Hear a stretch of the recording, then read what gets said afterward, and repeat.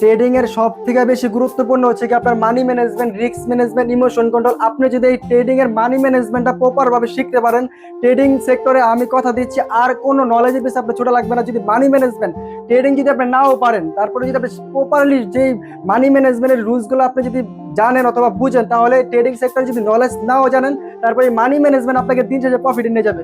Money management আমাদেরকে কি বলে? ধরেন আপনার কাছে আছে $100, আপনি একজন নতুন ট্রেডার, আপনার কাছে আছে $100, আপনার কাছে আছে $100। এখন মানি ম্যানেজমেন্ট কি বলে? যদি আপনার কাছে $100 থাকে, তাহলে মানি ম্যানেজমেন্ট আপনি সর্বোচ্চ 1 থেকে 2% আপনি এখানে ব্যালেন্স ইউজ করতে পারেন। 1 থেকে 2% বলতে কি বোঝায়? যদি মানি ম্যানেজমেন্টের $100 থাকে, তাহলে আপনি 1% হচ্ছে কি আপনার $1। $1 আপনি ট্রেড করতে, প্রতি ট্রেড আপনার কত ডলার ট্রেড হবে? $1 অথবা $2, সর্বোচ্চ $2 আপনি এখানে ট্রেড নিতে পারবেন। আর যদি আপনি এই জিনিসটা মেনটেন না করেন, তাহলে কিন্তু আপনার মানি ম্যানেজমেন্ট ফলো করা হচ্ছে না।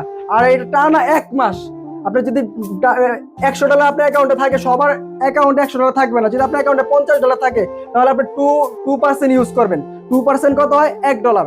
2% হয়েছে $1। আপনি যদি এর এর কম অথবা এর বেশি করতে পারবেন না।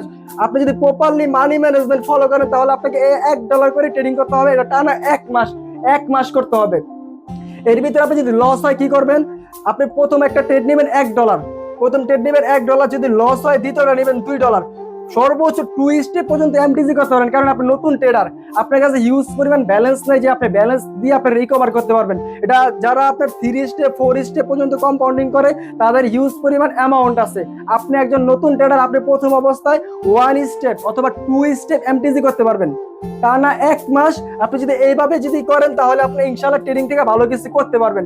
আর যদি এগুলো না করেন, তাহলে তখন আপনার মানি ম্যানেজমেন্ট থেকে রিস্ক ম্যানেজমেন্ট হয়ে যাবে। আপনার ব্যালেন্সটা তখন রিস্ক হয়ে যাবে। যদি আপনার কাছে আছে $100, এখন প্রতি ট্রেড যদি আপনি $10 করে নেন, তাহলে আপনার অ্যামাউন্টটা রিস্কের ভিতরে পড়ে যাচ্ছে।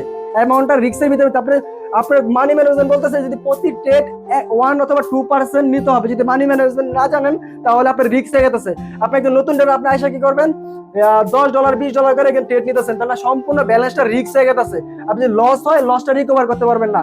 আর যদি আপনি মানি ম্যানেজমেন্ট ফলো করে ট্রেডিং করেন, আপনার ব্যালেন্স আছে $100, আপনি যদি $100 ট্রেড নেন, $100 যদি $1 করে নেন, 100টা ট্রেডে আপনার $100 শেষ হবে যদি মানি ম্যানেজমেন্ট ফলো করেন। আর যদি আপনি আসেন হচ্ছে $100 নিয়ে, এখন আপনার কাছে আছে $100, আপনি প্রতি ট্রেড যদি আপনার $10 করে নেন, তাহলে 10টা ট্রেডে আপনার ব্যালেন্স ফাঁকা হয়ে গেছে।